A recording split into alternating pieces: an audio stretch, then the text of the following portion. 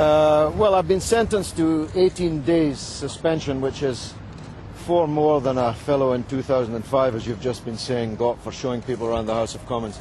It's a few days less than Geoffrey Robinson, the Prime Minister's right-hand man. So I wouldn't overstate the point. It's clear from the reading that I've been able to do of the report that what's really upset them is the fact that I robustly defended myself. They say that if it were not for the criticisms I've made of the process, of the committee, of the Commissioner and of some of the witnesses, I would have been merely asked to apologise, which seems remarkably thin-skinned for a group of politicians. They seem to be oblivious to the grotesque irony of an overwhelmingly pro-war Parliament censuring one of the leaders of the anti-war movement for the way that they conducted the anti-sanctions, anti-war campaign. You would have thought that these people would have wanted to draw a veil over all matters Iraqi. The most important point of substance I wish to make is that yet again it has been found by the Commissioner that I did not benefit personally by a single penny from Iraq, from the All for Food programme, or from any other Iraqi source. In fact, the Commissioner makes this point no less than 6 times in his memorandum, which I think you have access to. That's the most important thing for me, because the rest means we're arguing about the funding of a political campaign. Now, again, I would have thought that the people in the building behind me are probably the last people on the earth who have any right to criticise anyone for the way they fund political campaigns. This is a Parliament that's full of party donors, some of whom are convicted fraudsters, convicted thieves, and indeed in the last few days a convicted rapist.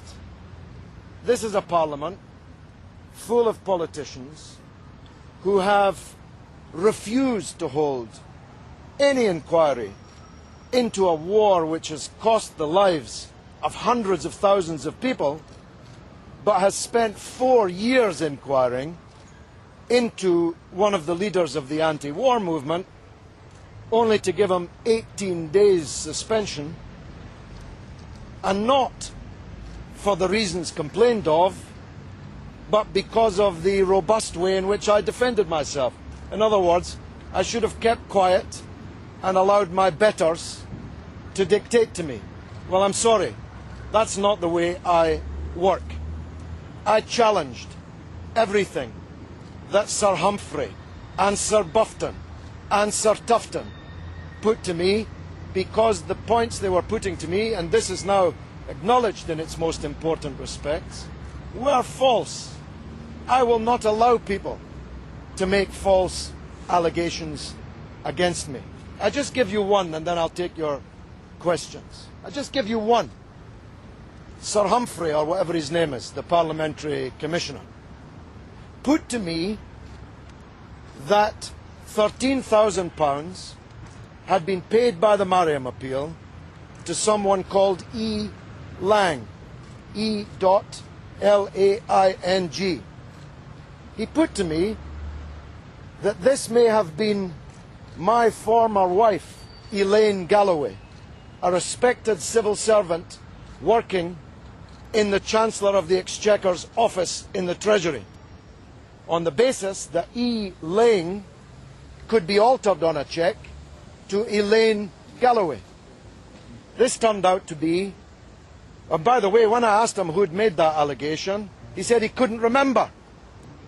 Is it really plausible that the Parliamentary Commissioner couldn't remember who had made an allegation as serious as that?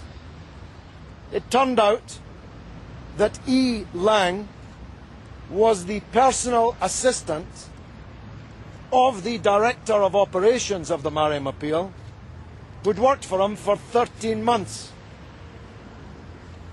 No apology has been given to me over that vicious accusation, no apology given to the utterly innocent civil servant in this report today. And is it any wonder when people put complete falsehoods to you that you respond vigorously? You know me. I'm not a person, I'm not a punch bag. If you aim low blows at me, I'll fight back. And that's what I've done, and that's what I've been suspended for. It's there in black and white. If it were only the matters complained of, they would have merely required an apology. But because of the way I defended myself in this inquiry, I'm to be deprived of the benefit of the company of the honourable gentlemen and ladies behind me for 18 days. It will be painful, I assure you, but I intend to stagger on regardless. Mr. Galloway, you're live on BBC News 24. Do you deny covering up where the money came from? I never covered up where the money came from. I never asked where the money came from. The Mariam appeal had three main donors: the King of Saudi Arabia, the Emir, now dead, of the United Arab Emirates, and the chairman of the Mariam appeal, Fawaz Zurikat. I never asked the King of Saudi Arabia or the Emir of the United Arab Emirates where they got the money that they donated to us, and as you'll see from the report, no one is even remotely suggesting that I should have. I did not ask from which part of their substantial wealth any of the three donors to the Mariam appeal gave their money. I was merely glad that they gave it. I was campaigning to stop sanctions and war on Iraq. If these people behind me had listened to me, hundreds of thousands of people now dead would still be alive, and Britain would not be in peril here at home and around the world. They should be striking a medal for me for my work on Iraq, not suspending me. These are the people who have brought Parliament into disrepute. These are the people who gave a standing ovation, tear-stained standing ovation, to a man, Tony Blair, whom most in the world believe to be a war criminal, just a couple of weeks ago. And they want to censure me, the person who, more than anyone else, told them they were making a terrible mistake.